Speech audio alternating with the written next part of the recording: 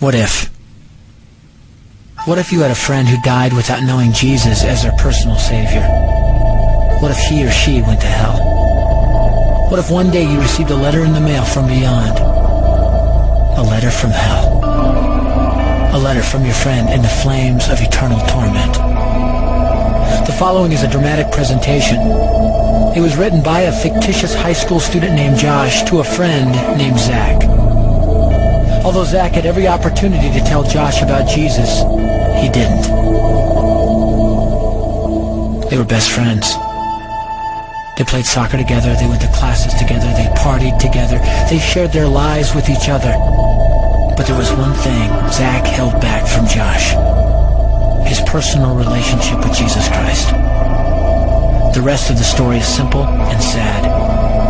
A few too many beers, a tragic drive home, a crash, a death, a funeral, a letter. Here is that letter in its entirety. A letter from hell.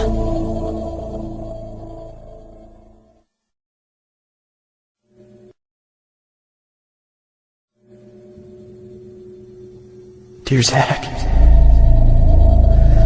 I died today. It's a lot different than I expected.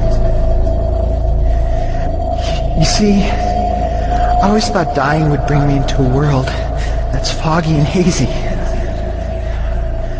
But this place is crystal clear.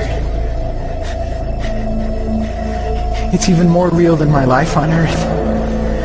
I can think. I can talk. I can even feel.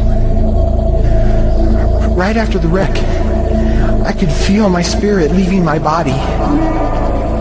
It was the weirdest thing, Zach. I thought I heard you screaming out to me, man. I must have been just imagining things. At first, I was just standing in line, getting registered, I guess. They asked me for my name and began to look in this thing they called the Book of Life. I guess they couldn't find it, though, because this huge angel standing next to me grabbed me by the arm and started dragging me away. I was terrified. I had no idea what was going on. I asked the angel where he was taking me, but he didn't answer. So I asked him again. Finally, he told me that only those whose names were written in the Book of Life could enter into heaven. And the rest would be condemned to hell forever. Man, I was scared. The angel threw me into some kind of holding cell where I've been sitting and thinking for a long, long time. Do you want to know what I've been thinking about? I've been thinking about you. Zach, you're a Christian. You told me so yourself. I mean, we talked about it 3 different times today. Kelly brought it up, and you laughed it off. Coach Adams brought it up, and you changed the subject. I mean, it came up right before the wreck. Well, the question I can't get out of my mind is this, Zach. Why haven't you ever told me about how to become a Christian? I mean, you say you're my friend, but if you really were, you would have told me about this Jesus and told me how to escape this terrible place that I'm headed for. I can feel my heart pounding in my chest. The angels who have been chosen to cast me into hell are coming down the hallway. I can hear their footsteps. I've heard of this hell, Zach. They call it the lake of fire. I can't stand it, Zach. I'm terrified. No, the angels are at the door. Oh no. No! They're coming in and they're pointing at me. They're grabbing me and carrying me out of the room.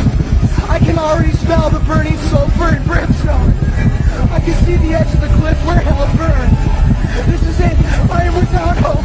We're coming closer. Closer. Closer. My heart is bursting with fear. They're holding me over the flames. I'm damned forever. This is it. They have thrown me in. Fire. Pain. Hell. Why is that? Why didn't you ever tell me about Jesus?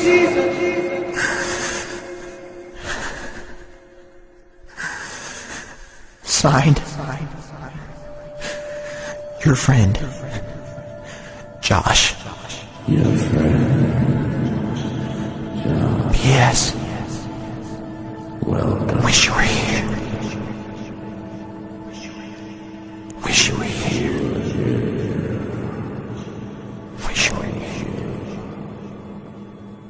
Wish you were here. Wish you were here. Wish you were here.